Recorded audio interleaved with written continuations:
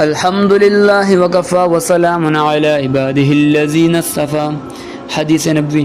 قال رسول اللہ صلی اللہ علیہ وسلم: مثل الذین یذکرون ربهم والذین لا یذکرون مثل الحی والمیت۔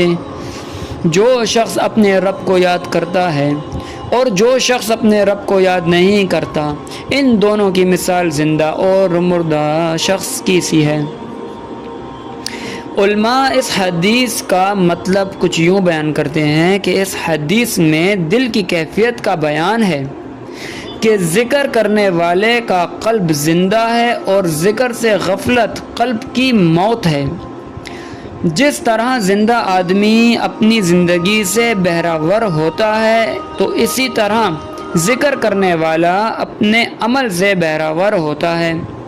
صوفیاء اس حدیث کا مطلب کچھ اس طرح سے بیان کرتے ہیں کہ اللہ تعالیٰ کا کثرت سے ذکر کرنے والے مرتے ہی نہیں، اس دنیا سے جانے کے بعد بھی وہ زندوں کے ہی حکم میں ہوتے ہیں، کہ جیسا کہ شہیدوں کے بارے میں قرآن مجید کا فیصلہ ہے، بل احیاء عند ربہم، کہ وہ زندہ ہیں اپنے رب کے ہاں۔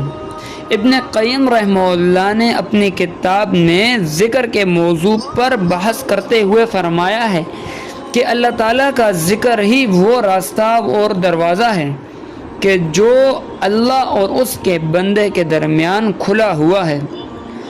اس کے ہی ذریعے بندہ اللہ کی بارگاہ عالی تک پہنچ سکتا ہے، اور جب انسان اللہ کے ذکر سے غافل ہوتا ہے تو یہ اہم دروازہ بھی بند ہو جاتا ہے۔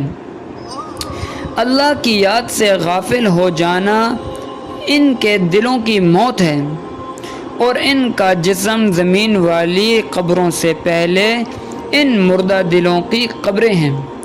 اس حدیث سے معلوم ہوتا ہے کہ اللہ تبارک و تعالیٰ کے ذکر سے انسان کا دل ہمیشہ زندہ رہتا ہے اور وہ پریشانیوں سے بچ جاتا ہے۔ وہیں پر جو شخص غفلت کرتا ہے اس کا دل مردے کی مثال ہے کہ اس کے دل اس بندے کا کوئی فائدہ نہیں، اس کی زندگی کا کوئی فائدہ نہیں۔ جو شخص اللہ کی یاد میں، اللہ کی عبادت میں وقت گزارتا ہے، بس یہی شخص کامیاب ہے، دنیا میں بھی اور آخرت میں بھی۔ اللہ تبارک و تعالی ہمیں بات سمجھنے کی توفیق عطا فرمائے۔ وآخر الدعوانا ان الحمد للہ رب العالمین۔